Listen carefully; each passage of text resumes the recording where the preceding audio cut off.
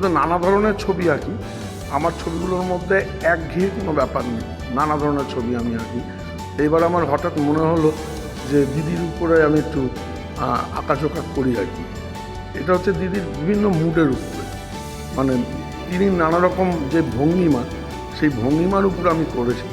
এর ভেতরে কোনো রাজনীতি বা কোনো বায়াসনেস নেই, একদম পুরোপুরি শিল্প হিসাবে আমি এইগুলোকে উপস্থাপিত করেছি। আর এমনিতে তো আপনি দেখতেই পাবেন আপনারা যে আমার নানা ধরনের ছবি আছে। আমার গত মাসে আমি একাডেমি অফ ফাইন আর্টস করেছি সোলো, এইবার বিড়লা আর্ট অ্যান্ড কালচারে আমার সোলো। দিদির এই ছবিগুলোকে যদি দর্শকদের দেখানো যায় তাহলে আশা করি আমার প্রচেষ্টা সার্থক হবে। মোটামুটি সবই পেন্টিং ভালো, একটু ভাইব্রেন্ট বেশি আছে পেন্টিংয়ের মধ্যে, আর একটু স্যাচুরেশন ব্যাপারটা খুব ভালো, একটু আলাদা কনসেপ্ট বেসডে তৈরি করা আছে। Not only just Mamata Banerjee, বাকি আরও অনেক কিছু কালারফুল পেন্টিংস আছে, একটু ডাইনামিক ব্যাপারটা একটু বেশি, কালারটা খুব ফুটে উঠছে। তারপরে মানে ওভারঅল পার্সপেক্টিভ দূর থেকে বোঝা যাচ্ছে কি একটু ভালো একটা মানে একটা অ্যাট্রাকশন ব্যাপারটা আসছে আর কি।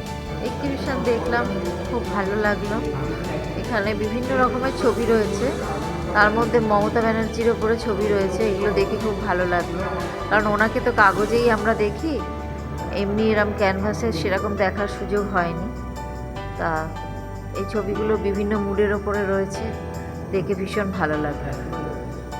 এছাড়া আরও অনেক ছবি আছে এখানে, মমতা ব্যানার্জি ছাড়াও আরও অনেক ছবি এখানে আছে, সেই ছবিগুলোও ভালো লেগেছে। মুডের উপরে মানে এটা যেমন আছে যে দিদির বিভিন্ন কর্মকাণ্ডের উপরে, এটা আছে যে আমাদের দিদি তো 3বার নির্বাচিত হয়ে এসছেন, সে 3বারের 3টে ভঙ্গিমা। তারপরেরটা আছে তিনি একদম একাগ্র মনে উনি দেখছেন। তারপরেরটা আছে বিধানসভায়, সেখানে কালার দিয়ে আমি বুঝিয়েছি যে বিধানসভায় বিভিন্ন প্রসঙ্গ উত্থাপিত হয়, সেই প্রসঙ্গগুলোকে কালার দিয়ে আলাদা করেছে।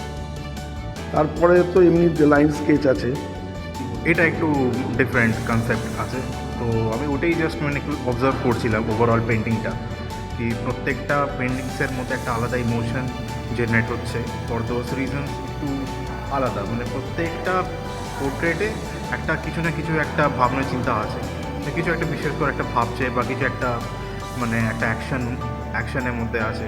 তো ইট ওয়াজ গুড, মানে একটু আলাদা অ্যাবস্ট্র্যাক্টের মতো একটু ফিল আসছে। পেপারে তো আমরা প্রায় ওনার ছবি মানে আসতে থাকে, দেখতে থাকি, বাট এটা আমি এক্সপেক্ট করবো কি এটাও একটু লোকের কাছে যদি একটু যায় তো একটা আলাদা একটা এক্সপিরিয়েন্স আসবে। চিরঞ্জিতের রিপোর্ট, এস নিউজ।